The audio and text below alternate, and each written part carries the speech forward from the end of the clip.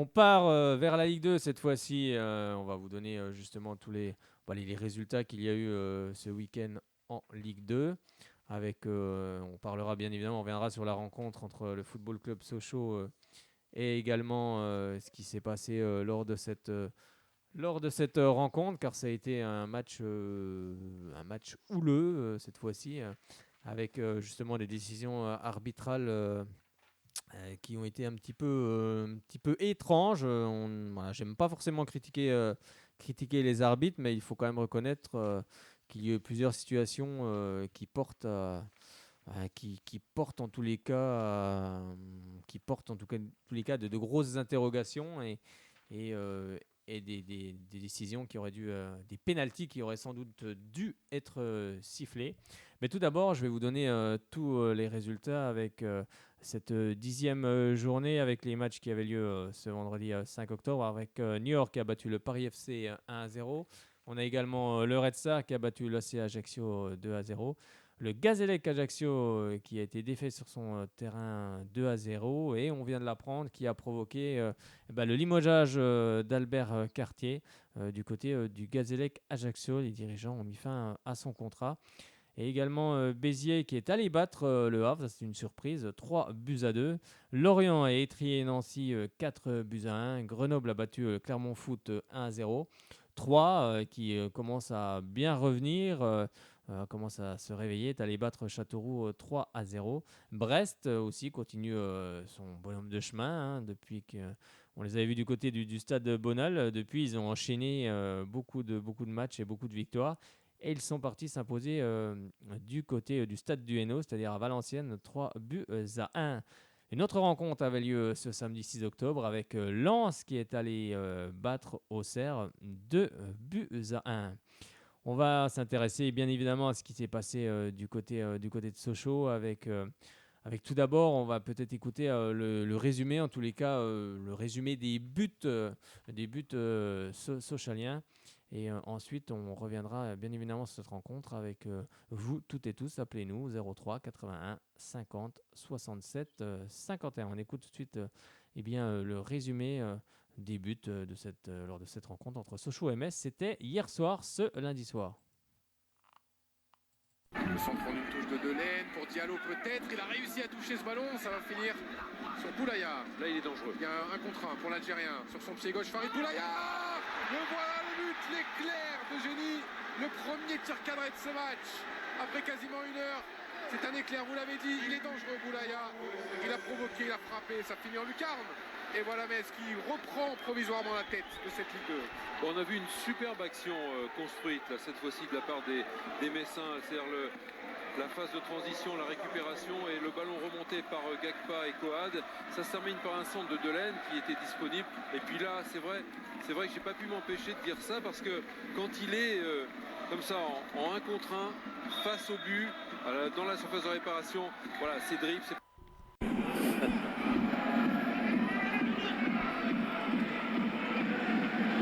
Bonne montée de Thomas Delaine qui va s'approcher de la surface. Ce tacle qui va donner un penalty. Le tacle de Mbakata. Et Romain Lissor qui accorde un penalty au Messin.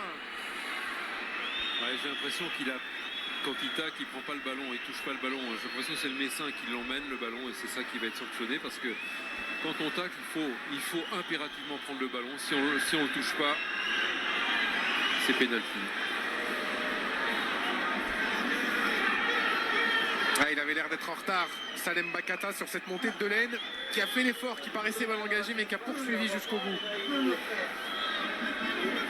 Alors c'est au moment où il va toucher le ballon. Ouais, non, il y a pénalty. Il prend pas le ballon, il est pris parce que du bout du pied droit, Thomas Delaine emmène ce ballon. Le tacle arrive ensuite, donc c'est pénalty. Et mais ce qu'on pensait, ballon marqué depuis 5 minutes, ce match qui tourne beaucoup là depuis une vingtaine de minutes, à l'occasion de reprendre l'avantage. Un penalty pour Opa Nguet face à Maxence Prévost.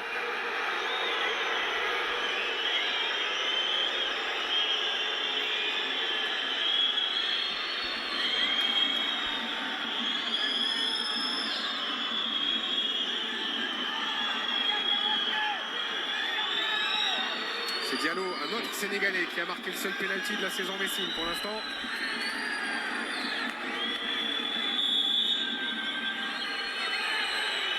Guette, le contre-pied facile du Sénégalais qui va redonner l'avantage à son équipe. Ça fait 2-1 pour Metz.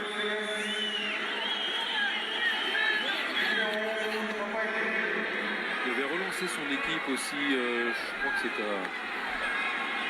à Clermont, je crois, où Nguette avait relancé Il son avait marqué à équipe. Béziers. Il avait marqué à Béziers aussi, ouais. Il a le sang-froid et la maîtrise pour marquer là, sur penalty. Très tranquillement, très sûr de lui. Et oui, encore une fois, il y avait bien penalty. Madjer. Centre de Madjer, c'est touché par Rivière. Et ça va aller jusqu'au but. Un coup du sort, il fallait bien ça au Sochalien pour revenir. Ce centre qui est touché par le bout du pied de Jonathan Rivierez qui vient tromper son gardien. Ben, ils ont le moral quand même, ils ont du moral et ils n'avaient pas renoncé, les Sochaliens. Alors certes c'est un but heureux, hein, mais ils ont osé se mettre en 4-2-4 et c'est au moment justement, c'est assez curieux, c'est au moment où Frédéric Antonetti était en train de faire rentrer, enfin d'organiser son équipe pour sécuriser défensivement cette fin de match qui prennent le but. Avec en plus Rivierez qui vient se placer en troisième défenseur central qui dans cette équipe le latéral gauche. Ouais, ils avaient commencé avec Udol qui avait été très bon aussi, qui s'est blessé sérieusement. La grosse faute de Madjer et ce sera un carton rouge direct. Sorti par Romain Lissorg. Il était violent, il paraissait très violent ce tacle de l'Espagnol. Ah ouais, c'est un balayage par derrière, il n'y a aucune maîtrise et ça peut faire très mal à l'adversaire. Ouais, on a tremblé là sur le coup parce que il se fait sécher mais violemment par derrière et Madjer est sanctionné assez logiquement. Il peut vraiment lui faire très mal à Nguette. On avait loué leur détermination, leur état d'esprit et leur engagement, leur agressivité. Là, il y en avait trop, beaucoup trop. Il s'en veut. Madjer Gomez, la tête dans le maillot. Lui qui était impliqué sur l'égalisation il y a 5 minutes. Ça aurait pu les sauver, cette agressivité, dans un match comme ça contre un gros du championnat, un adversaire comme Metz. Mais finalement, c'est ça qui va les pénaliser définitivement. Et on va s'inquiéter aussi. Ah oui, Nguette a été vraiment secoué avec vigueur. C'était méchant ce tacle et totalement non maîtrisé. Ah, il l'a assuré. Il a fait une bêtise. Niad va entrer, ça c'est.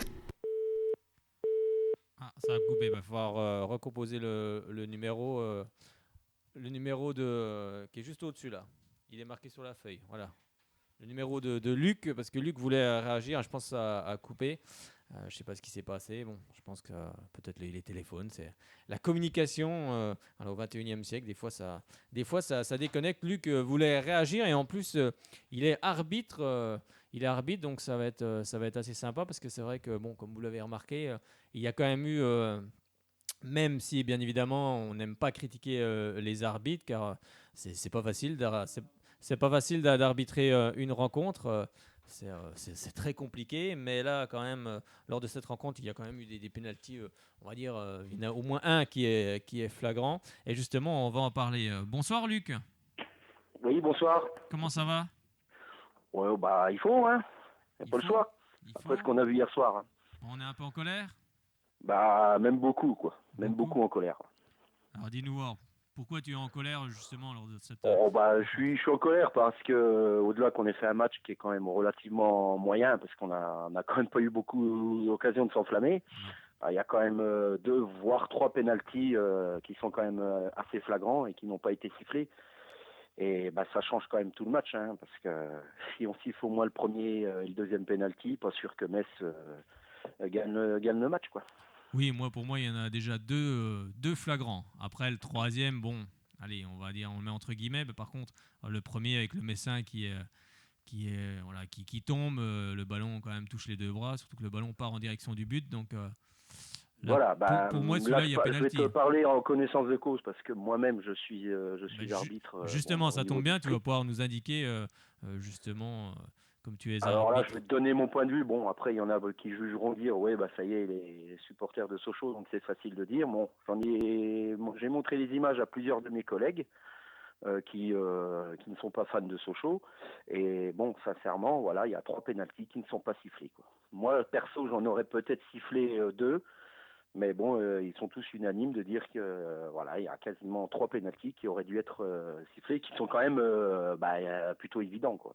Oui, oui, surtout, comme on le rappelait, celui-là où le Messin se couche, hein, et est Ah bah, déséquilibré. l'histoire de la main, alors faut savoir, il y a 2 façons de juger une main. Il y a la main qui est volontaire. Oui, Bon, c'est pas le cas, mais bon, quand le Messin tombe, en essayant de tacler le ballon, il a les mains qui sont bien écartées du corps.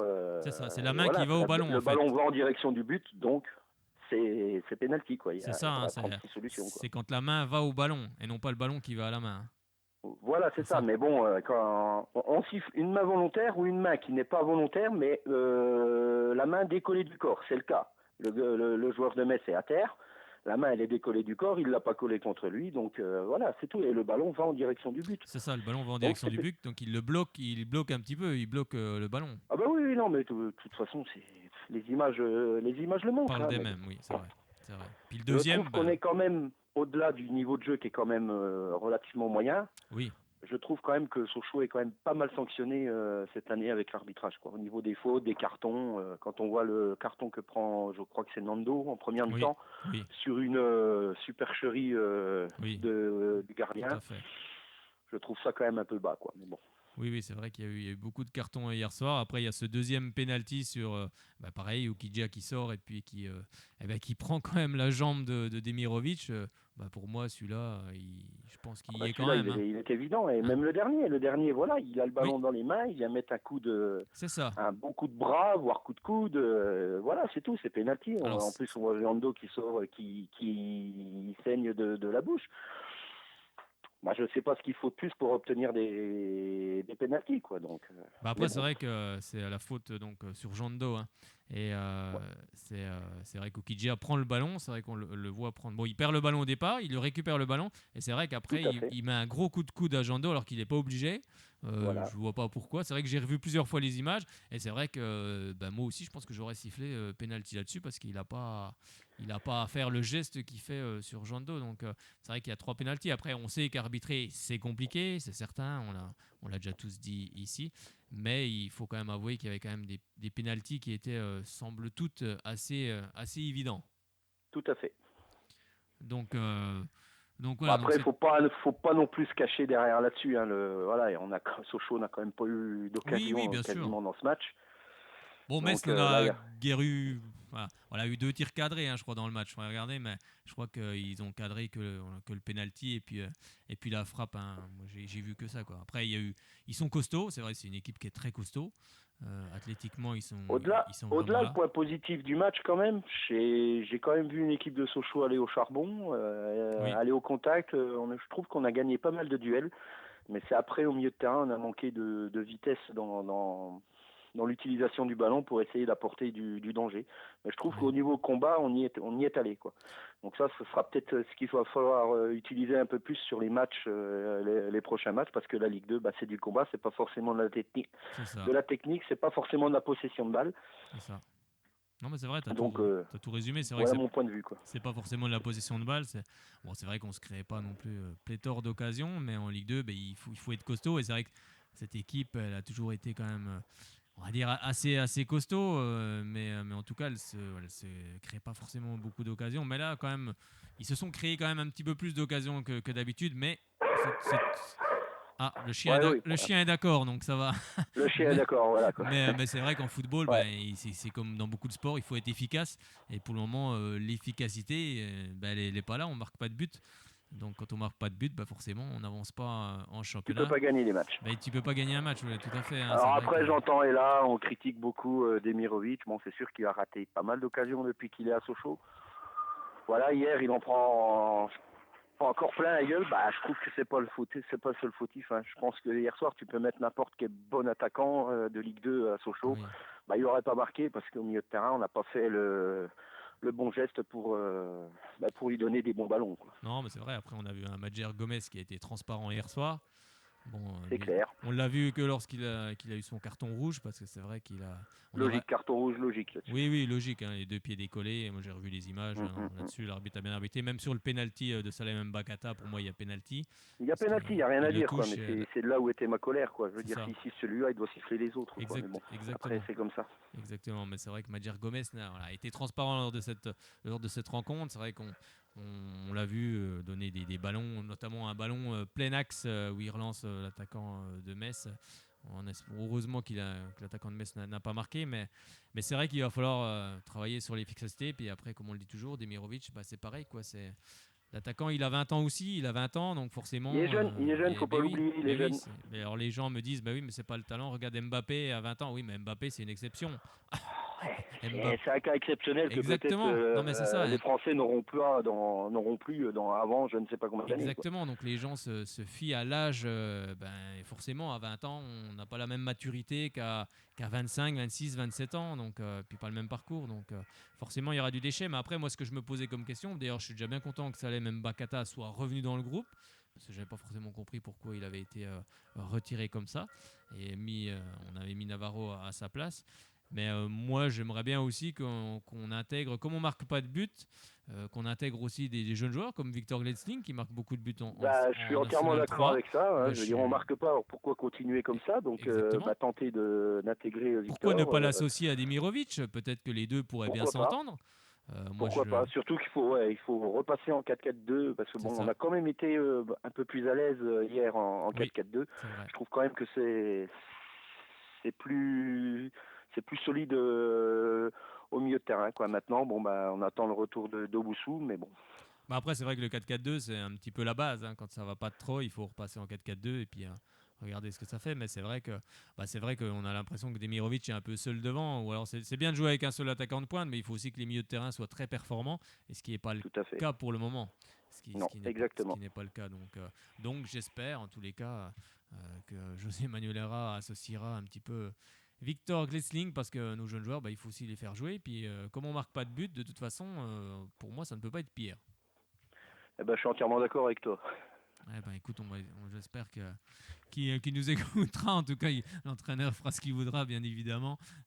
Mais ça serait bien aussi d'essayer. Et là, je pense qu'au bout de 4 matchs sans but, là, il y a eu un but, mais bon, c'est un tir contré. Donc j'espère en tous les cas qu'on trouvera d'autres solutions, et il y a aussi des jeunes joueurs peut-être à essayer. Voilà, on verra ce que décidera José Manuel Herrera. Un petit mot sur la situation du club. Alors il se murmure que Baskonia pourrait s'en aller cet hiver.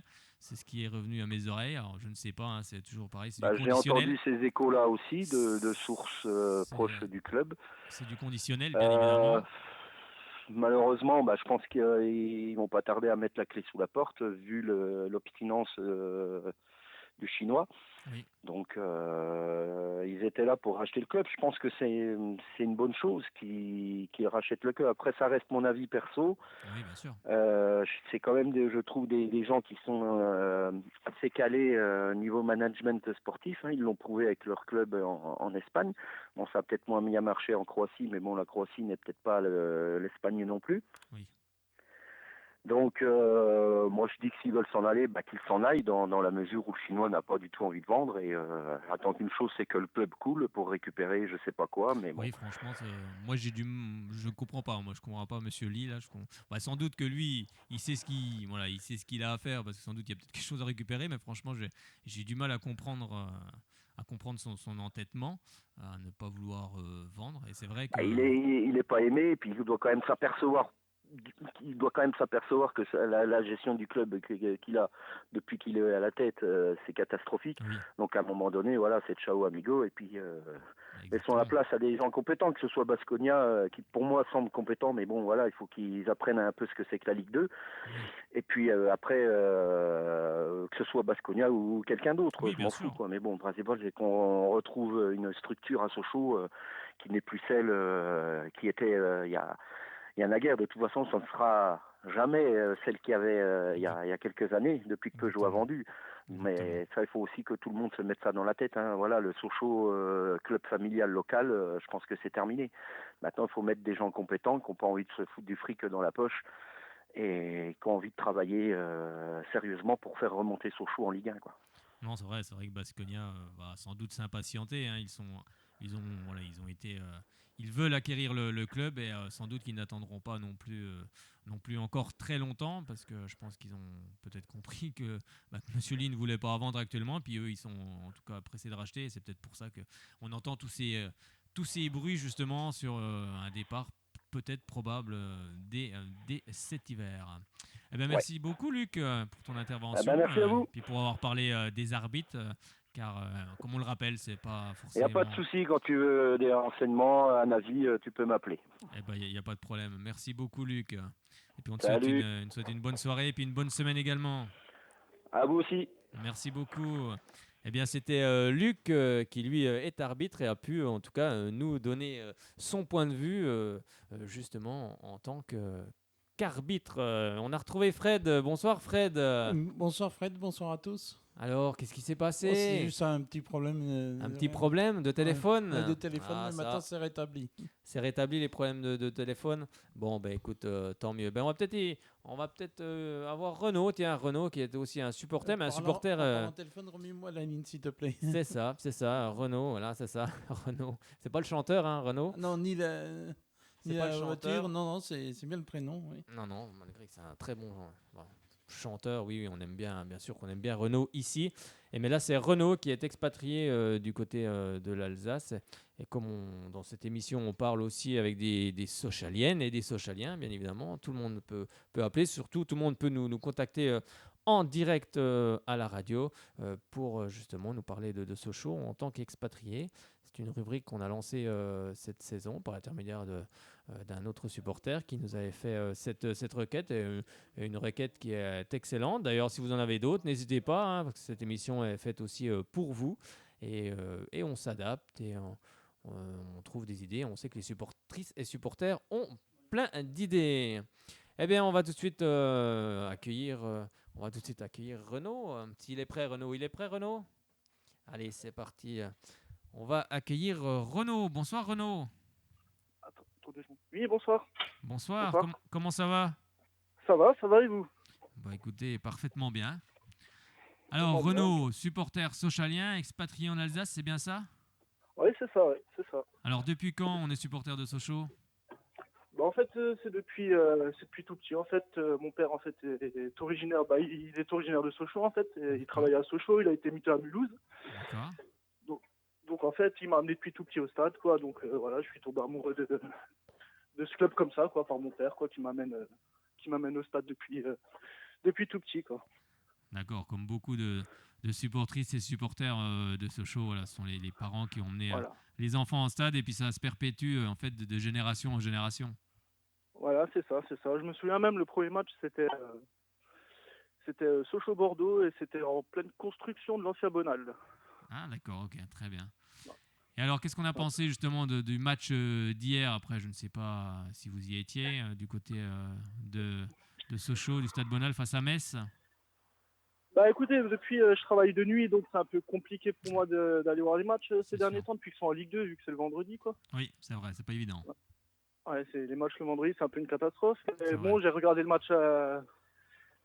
match au travail, quoi, et puis c'est vrai que l'arbitrage c'était quand même un peu lamentable, quoi. Je me demande s'il n'y a pas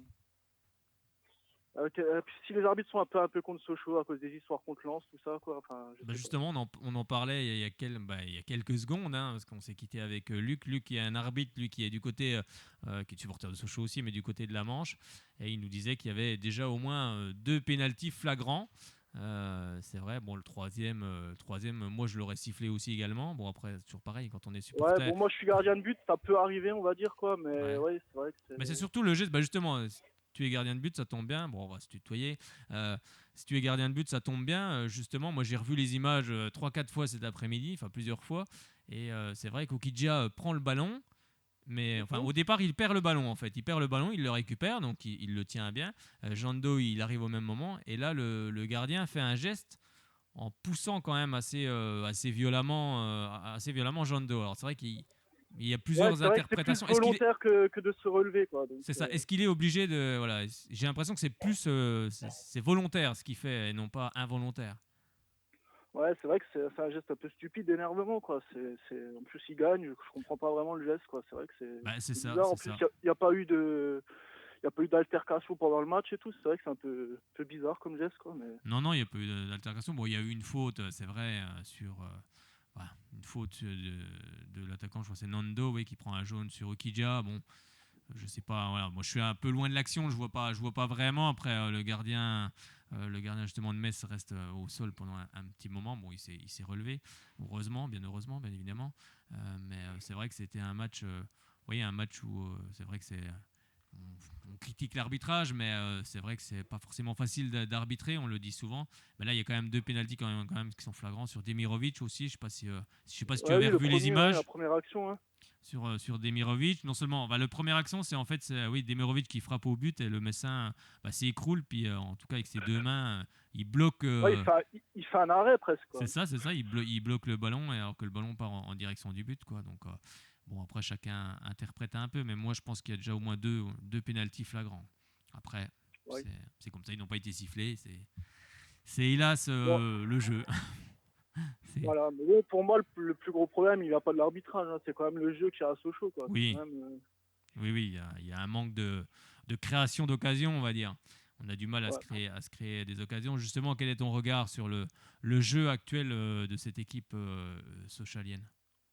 Bah moi, le truc que je trouve un peu bizarre, c'est qu'en début de saison, je me disais ça va aller, et ça peut aller que mieux vu qu'ils vont mieux s'entendre en fait. Oui. Enfin, tout ça, il y aura plus de cohésion dans le groupe, mais en fait, au fur et à mesure des matchs, je me rends compte que c'est de pire en pire, quoi. Comme s'il y avait je sais pas, une cassure dans le groupe ou quelque chose comme ça, quoi. Bah après, c'est peut-être une équipe aussi qui, forcément, quand les mauvais résultats s'accumulent, perd un peu confiance, non? Oui, oui, forcément, oui. Donc, Forcément. je pense qu'elle perd un peu confiance. Et c'est vrai que quand on voit certains matchs comme à Lens, bon, bah, à Lens, c'était quand même catastrophique parce qu'on se crée pas une seule occasion. Là, c'est quand même. Ouais, Là, on peut se poser des ouais, contre questions. Nancy aussi, c'était vraiment catastrophique, quoi, Bah, contre Nancy, c'est vrai comme match. on a trois occasions. Bon, Nancy n'en a pas une. Mais encore là, par rapport à Lens, on s'est créé quand même quelques occasions, justement, avec cette frappe sur le poteau. Hier, on s'est quand même créé quelques occasions en première, avec un poteau Oui. encore une fois.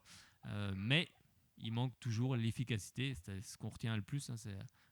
Pour gagner des matchs, il faut marquer des buts, hein. C'est euh, Ouais. c'est à la fois tout simple et très compliqué. Ouais, mais Demirovic, il me vendange quand même beaucoup, hein, je trouve. Pourtant, je l'ai vu jouer avec son équipe nationale. Il est très bon, mais à Sochaux, je sais pas, peut-être un manque de confiance dans cette équipe. Oui, ou comme on disait tout à l'heure, est-ce qu'il ne faut pas jouer avec deux attaquants, hein? Mettre un attaquant à ses côtés. Ouais, peut-être, mais qui? Ce sera Moi, je pensais à Victor un Glensling Roby. qui marque beaucoup de buts. Après, c'est un jeune joueur aussi également, mais est-ce qu'il ne faut pas aussi à un moment donné les lancer, ces jeunes joueurs il marque beaucoup avec la National 3, Victor Glensling, donc pourquoi ne pas le lancer à un moment donné, voir ce que ça dit. De toute façon, on risque rien parce que de toute façon, on a du mal à marquer un but. Enfin, moi, c'était ma réflexion. Après, je sais pas si c'est Oui, c'est vrai que c'est celle de beaucoup de gens, mais bon, voilà, après, c'est l'entraîneur qui fera ses choix et qui fait ses choix, car il voit, lui, les joueurs tous les jours à l'entraînement, et c'est lui qui prendra, bien évidemment, les décisions. Alors, comment on voit l'avenir du club sochalien, justement, on va parler un peu de la situation du club. ouais, bah moi je la vois mal, hein. Je vois pas comment. Je sais pas si Lee veut vendre le club ou on n'en sait rien. Pour moi, il y a aucun avenir. Alors, En continuant comme ça, il y a pas d'avenir pour moi. les dernières rumeurs font état que peut-être Baskonia pourrait se retirer au mois de décembre, hein. C'est ce qu'on entend un petit peu partout. Alors, est-ce que c'est vrai, pas vrai? On met tout ça, bien évidemment, au conditionnel. Euh, car c'est les dernières rumeurs que j'ai entendues en tous les cas. Bon, à leur place, je ferais un peu la même chose aussi, quoi, mais c'est vrai que Lee, il a fait ça il a pris le club pour sauver son entreprise. J'ai l'impression un peu que c'est des magouilles financières, un petit peu, peut-être entre lui et Tavares, ou je sais pas. Disons qu'il n'y a rien de transparent, c'est vrai que c'est pas très clair. C'est très flou, c'est très très flou, quoi. Et c'est vrai que, justement, que penses-tu? C'est vrai qu'il y a beaucoup de supporters qui évoquent le fait que Sochaux ne doit pas devenir un club satellite d'Alaves. Quel est ton regard justement sur cette pensée en tous les cas? Bah, être un club satellite d'Alaves, pourquoi pas, mais bon, je vois pas vraiment comment ça peut marcher parce que après des joueurs, il y aura pas l'esprit club, il manque tout ça, il manque ce qu'il y avait avant, quoi. Pour moi, carrément, l'idéal, ce serait carrément faire quasiment un dépôt de bilan et de retomber à zéro, un peu comme l'a fait Strasbourg, quoi. Mais le problème, est-ce que Sochaux pourrait se relever voilà, moi, c'est vrai que j'entends aussi ça souvent, retomber en National 3. Moi, c'est vrai que je vais voir souvent les matchs voilà, ici à Besançon, un peu partout en Franche-Comté en National 3. Bon, moi, je suis un peu sceptique. Je suis pas certain que ça soit vraiment une bonne solution parce que c'est vrai que beaucoup font le parallèle avec Strasbourg. Mais Strasbourg, voilà, c'est quand même une grosse agglo. Voilà, c'est non seulement un public qui a toujours suivi derrière. Est-ce que Sochaux, lui, pourrait s'en relever? Moi, je suis un Je petit pense peu pas, parce que vous sceptique. voyez bien les fréquentations du stade qu'il y a en ce moment, elles sont très pauvres. Oui, c'est ça. Ouais, il n'y a pas l'engouement qu'il faut derrière aussi, hein, c'est vrai, hein. C'est C'est vrai. ça. On a l'impression que bon, certains ont lâché, bien évidemment, vu tout ce qui se passe à côté. On peut le comprendre, hein, bien évidemment, et on le respecte.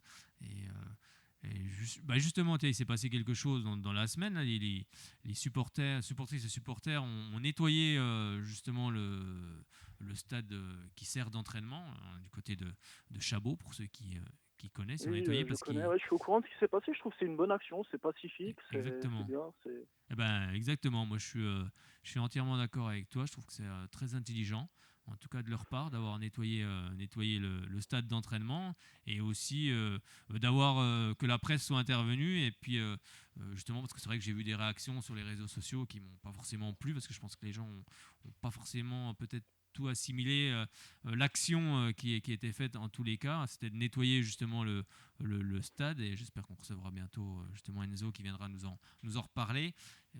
Justement nettoyer ce stade, ce terrain d'entraînement pour montrer aussi que l'entretien n'était pas fait, et je trouvais que c'était une action plutôt intelligente.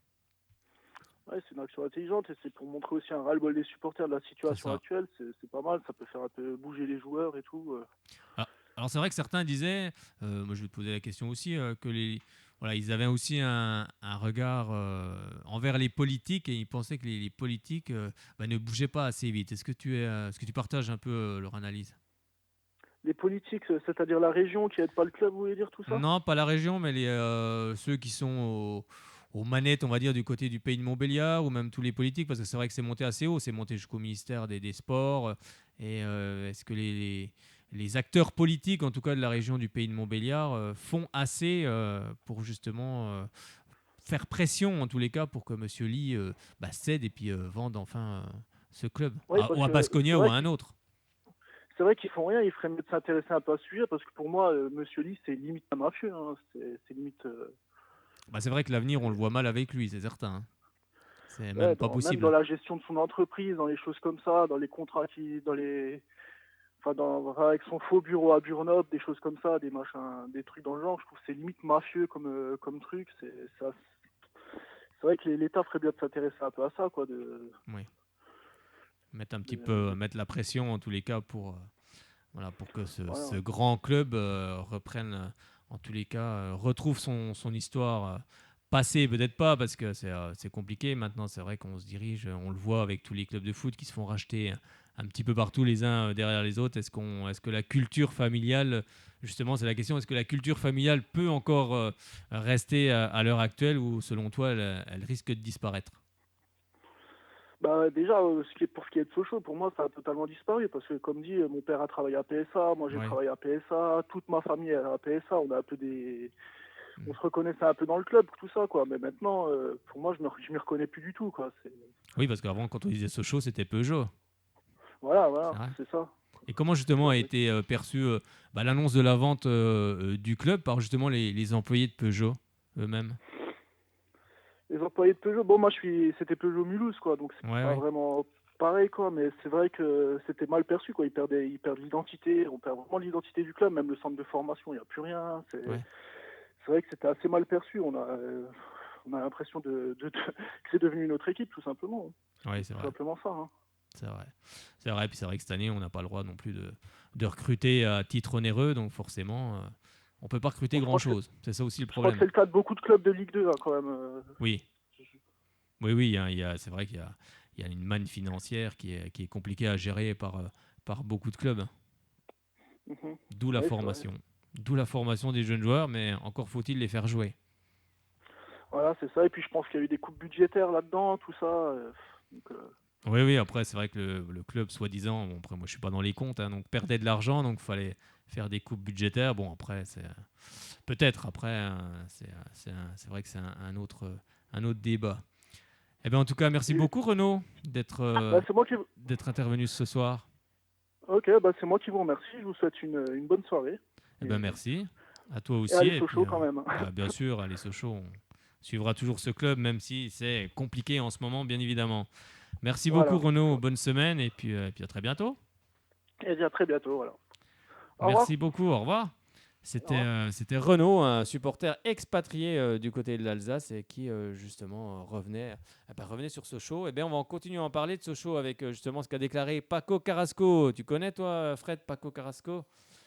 Non, c'est un joueur du FC Barcelone qui était venu au FC Sochaux. Il était arrivé le jour de la fête de la musique et il avait vu plein de monde partout ici. Un 21 juin, donc, c'est ça. dit. Il s'était dit, non, c'est bien ici, Sochaux, génial, machin. Bon, il est resté qu'1 an hein, parce qu'après, mais il est resté une année et puis justement, il est maintenant, on va dire qu'il est consultant pour le Mundo Deportivo. Un grand quotidien sportif espagnol. Ouais, un peu l'équivalent de l'équipe de l'équipe. C'est ça. Et lui, il estime que les deux clubs sortiront grandis de cet accord, donc entre le Baskonia et puis Sochaux. Alors la question, on lui pose quel intérêt. En fait, c'est l'Est républicain qui a publié ça, mais ça venait du quotidien, notamment en Espagne. Quel intérêt une entité comme le Baskonia Alavés peut-elle avoir à prendre la gestion sportive d'un club comme le FC Sochaux-Montbéliard? Il répondait, l'intérêt c'est le business et la stratégie du protagonisme quand notre club Sochaux retournera en Ligue 1.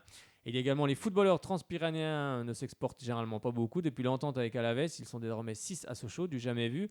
Le football français peut-il correspondre à des joueurs espagnols? C'est la question qu'on lui pose. Alavés a une bonne réputation, c'est ce qu'il répond, depuis que la nouvelle direction et l'actuel président sont arrivés, sachant qu'Alavés a battu le Real Madrid 1-0 ce week-end. Hein. C'est vrai, voilà, c'était juste un petit aparté.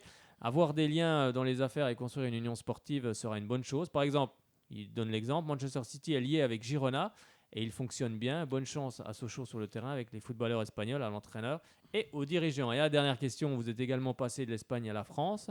Quelles sont les difficultés auxquelles vous avez été confronté? Il répond, j'ai aimé l'emplacement de Montbéliard et de Sochaux.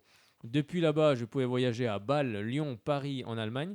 Cependant, le froid de l'hiver n'a pu être surmontable qu'avec les buts à Bonal.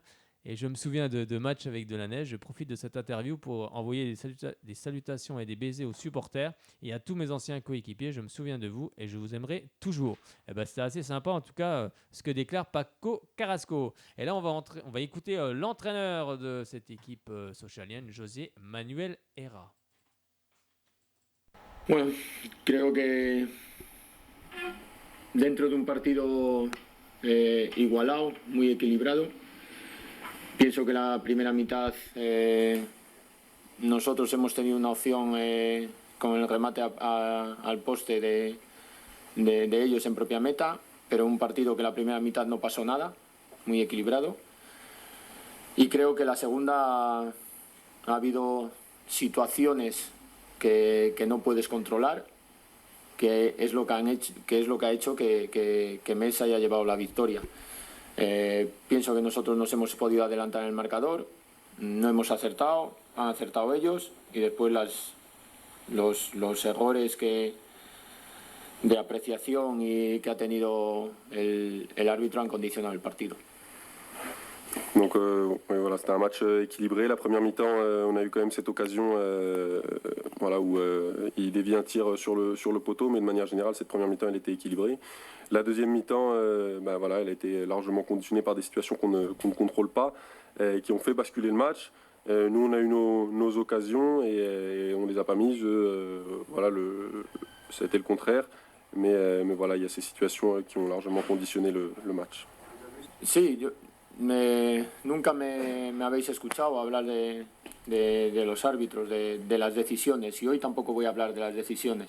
Es una profesión y un trabajo muy difícil. Aciertan o se equivocan como nos equivocamos los entrenadores y los jugadores, pero yo pido respeto. Respeto e igualdad. Respeto para un club con mucha historia en el fútbol profesional francés como es Sochaux. Pido respeto para la afición de Sochaux y pido respeto para mis jugadores. Hoy mis jugadores están llorando en el vestuario porque no se puede competir en igualdad de condiciones en esta situación. Y yo lo único que pido es igualdad y respeto, nada más. Donc vous n'avez jamais entendu parler des arbitres et c'est pas aujourd'hui qui va commencer à le faire dans la mesure où c'est une profession qui est très compliquée où voilà, ils font des erreurs comme les entraîneurs mais le coach il réclame du respect pour l'histoire de ce club, du respect pour les supporters de ce club et du respect pour les joueurs. Aujourd'hui on a 4 joueurs dans le vestiaire qui sont en pleurs. Et voilà, c'est vrai que c'est compliqué de jouer dans des situations où il n'y a pas d'égalité, pas d'équité. Sentimiento de injusticia. ¿Eh? Un sentimiento de injusticia. Sí, es lo que siento. Pienso que no nos han dejado competir en igualdad de condiciones con Metz. De Metz no sea, que es penalti, pero las situaciones que sea falta en contra, me parece... Contre Metz, justement pour ces raisons-là. La première mi-temps, bah voilà, il y a eu ces conditions, on a pu être compétitif et justement le coach est très fier du travail qui a été fait. Et la deuxième mi-temps, elle a été largement conditionnée. Bon, voilà, il parle même pas du penalty, mais des 2 ou 3 situations qu'il y a eu dans la surface adverse. Et puis pour couronner le tout, la situation sur Jando à la fin, c'est considéré comme un véritable manque de respect. Que Sochaux ha ido a la batalla, ¿no? Y que a lo mejor en los últimos partidos no hemos dado esa pelea y bueno. Bueno, yo creo que en Nancy fuimos muy competitivos, 15 minutos, y después competir, salvo el partido de Lens, los demás el equipo ha competido, siempre. Et au combat, on a été compétitif. Le reste, ben voilà, partout, sur tous les matchs, on a été compétitif. À Nancy, on a été compétitif. Et aujourd'hui, on a été très combatif, oui. Mais voilà, il y a des décisions qui conditionnent tout ça. L'expulsion de Madjer qui voilà, nous empêche de disputer d'égal à égal ces 10-15 dernières minutes. Et voilà. Yo se lo he dicho al final del partido. De estas situaciones salen los equipos, los grandes equipos. De estas situaciones estaremos donde tenemos que estar. Y con el trabajo y con el grupo, porque los jugadores que tengo se lo merecen. Hoy están muy cabizbajos, hoy están en una situación complicada, pero todos juntos. Donc non, le coach leur a dit que justement c'est de ce genre de situation que naissent, à partir desquelles naissent les grandes équipes. Et voilà, dans un bout de temps, on se souviendra de ce jour comme voilà, d'un événement aussi fondateur. Et voilà, le groupe, il continue à travailler. C'est vrai qu'on est très touchés, mais voilà, dès demain, on retourne au travail et tous ensemble, on va inverser la tendance. Oui, c'est avec des faits de jeu comme ça bien sûr qu'on peut forger aussi une équipe. On l'espère pour cette équipe sochalienne. Rappelons-le, sont tous des jeunes joueurs, parce que la moyenne d'âge, comme je l'avais déjà rappelé ici, est de 21 ans et demi, ce qui est quand même très très peu. Il aurait fallu peut-être garder quelques cadres dans cette équipe. Après, c'est bien sûr des choix qui ont été faits par les dirigeants. Mais peut-être que ça peut aussi forger cette équipe, comme le dit José Manuel Herrera. Mais c'est vrai qu'il faut aussi respecter un petit peu plus Sochaux, car Sochaux est un grand club et aussi des supporters. Et également, il faut les respecter. Et c'est vrai que, bien sûr, c'est pas évident d'arbitrer. C'est très compliqué d'être arbitre à l'heure actuelle. Mais peut-être qu'il faudrait aussi aider les arbitres. Pourquoi le VAR est instauré en Ligue 1 ? Pourquoi le VAR va être instauré en Ligue des Champions ? Et pourquoi le VAR n'est pas instauré en Ligue 2 ? C'est quand même à un moment donné incompréhensible, car je pense que le VAR, hier, l'arbitre aurait pu être aidé et aurait en tout cas pris les bonnes décisions. Et ça permet aux arbitres aussi de se décharger d'un certain poids. Oui, Fred. Ça aurait pu changer bien des choses, à mon avis. S'il y a eu le VAR, il y aurait peut-être pu changer pas mal de choses. En tous les cas, ça apporte... Dans le cours du match, je parle. En tous les cas, ça apporte plus de justice. Donc, plus de justice, c'est toujours bien. Ça qui sert en plus. Oui. Après, l'arbitre peut aussi se tromper en regardant les images, mais il est quand même aidé. Il a une aide en plus pour prendre sa décision en tous les cas. Donc, c'est quand même une très bonne chose et il va peut-être falloir se poser la question de l'instaurer aussi en Ligue 2. Peut-être que ça viendra peut-être la saison prochaine. Peut-être. Peut-être que la Ligue pourra peut-être statuer pour la mettre. Quoi. Oui, peut-être. J'espère. En tous les cas, c'est une décision qu'il faut prendre. Et je crois que Robert Malm, d'ailleurs, chroniqueur, bien sûr, alors, le confrère de Beansport, on a déjà parlé. Et je suis là-dessus tout à fait d'accord avec lui. On va s'intéresser justement à l'autre entraîneur, c'est-à-dire Frédéric Antonetti. J'aime bien cet entraîneur, en tout cas il a un franc-parler. Mais là en tout cas il n'a pas été content des questions qu'on lui a posées. Vous allez entendre tout de suite sa réaction. Le match est sur 90 minutes. Hein. Le premier temps a compté aussi, hein, dans la dépense d'énergie, dans l'investissement. Même si c'est comme décompté en deuxième mi-temps, la première mi-temps a permis de... C'était un match très intense, très âpre, très disputé. Je pense que on fait deux approximations, une fois sur une touche, une fois sur un ballon retrait, qui nous mettent en danger. Autrement, on n'est jamais en danger dans le jeu. On fait un match solide. Et puis après, le scénario du match était pour nous, donc les espaces sont créés. Alors, je pense qu'on gagne logiquement, même si Sochaux a fait un bon match. Regardez les images. J'ai pas vu, moi j'ai pas vu ça, je peux pas commenter ce que j'ai pas vu. Voilà, donc... Si vous parlez d'un fait de jeu, moi je vous parle du match. Voilà, tout simplement. Les faits de jeu font partie du match parce que ça pouvait être un tournoi à ce moment-là. Voilà, ouais, bah écoutez, on peut parler des deux occasions de Rivière. On peut parler de ça aussi si vous voulez. Ça c'est du jeu. Voilà. Bon, après vous me parlez d'une action dans la surface, je peux pas vous répondre, vous l'avez revu, je l'ai pas revu, donc je peux pas porter de jugement. Si je la revois, je vous dirai ce que j'en pense. Bah vous faites les questions, les réponses, alors j'ai rien à dire. C'est une question. Bah écoutez, non, c'est pas une question, non. Je vois pas où est le point d'interrogation, excusez-moi. Donc, voilà. C'est intéressant, continuez à commenter le match, il n'y a pas de souci. Mais ça va, faites votre article, continuez. C'est ce que vous pensez. Mais on vous pose aussi la question parce que vous êtes... Je vous ai répondu sur ça, je vous ai répondu, vous en revenez.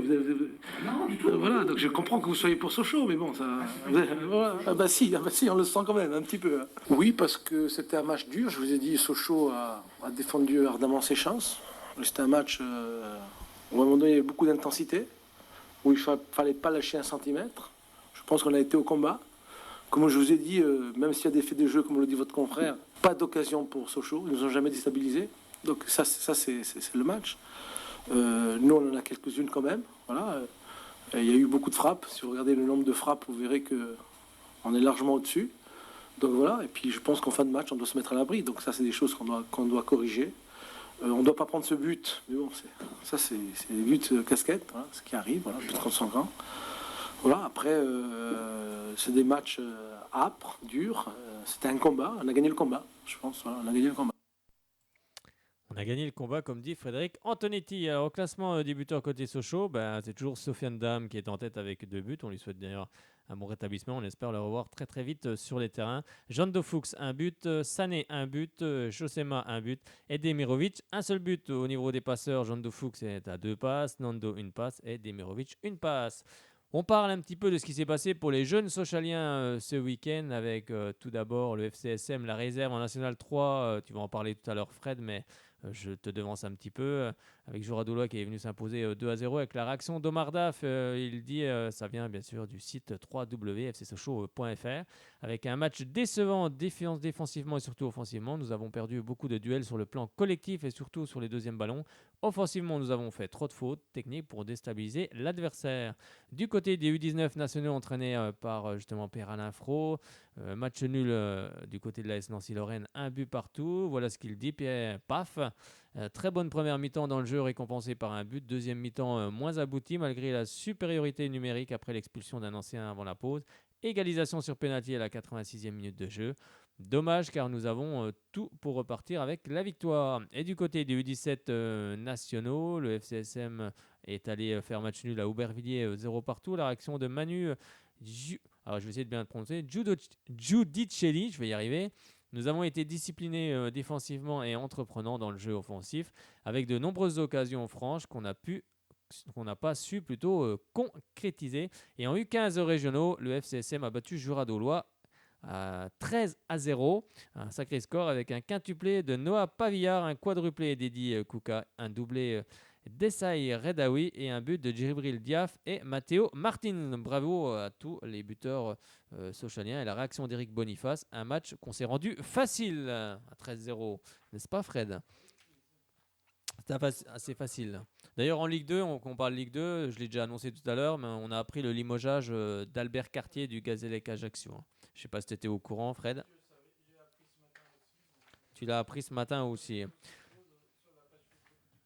Alors, on en parlait tout à l'heure justement avec Renaud, on parlait justement de ce qui s'est passé du côté du Stade Bonal cette semaine. Hein. C'est vrai qu'avant le début de la conférence de presse de ce dimanche midi, donc conférence de presse Sochaux-Metz, une quinzaine de supporters affiliés à la tribune Nord, Socio-Show et Planète Sochaux, donc ça c'est le forum Planète Sochaux, ont justement entrepris une action symbolique après 1h30 d'un nettoyage scrupuleux aux abords du terrain de Chabot. Donc, je me disais tout à l'heure, c'était le terrain d'entraînement. Le collectif est venu déverser l'ensemble des détritus sur le parking des joueurs sochaliens, ce qui a bien sûr provoqué le blocage de leur sortie après l'entraînement. Donc, le tas amoncelé agrégé des bouteilles plastiques vides, et des emballages McDo, il y avait des déchets verts et même un caddie trouvé sur place pour assurer justement le rapatriement de tous ces détritus. Alors, une grande discussion a forcément eu lieu après ce coup d'éclat. Les supporters qui sont toujours en situation de boycott ont voulu par cette occasion mettre en tout cas l'accent sur la mauvaise gestion de Baskonia, qui laisserait pour le coup un outil précieux et historique à l'abandon, une pelouse de Chabot assimilable à justement à quelque chose de pas très nickel, pour reprendre les termes scandés par les uns et les autres. Alors, les joueurs ont de nouveau tenté d'instaurer un dialogue en pure perte. Donc, par la voix de David Vizcaino, Sochaux a expliqué que cette pelouse était devenue hors d'usage, avec un système d'arrosage complètement hiératique.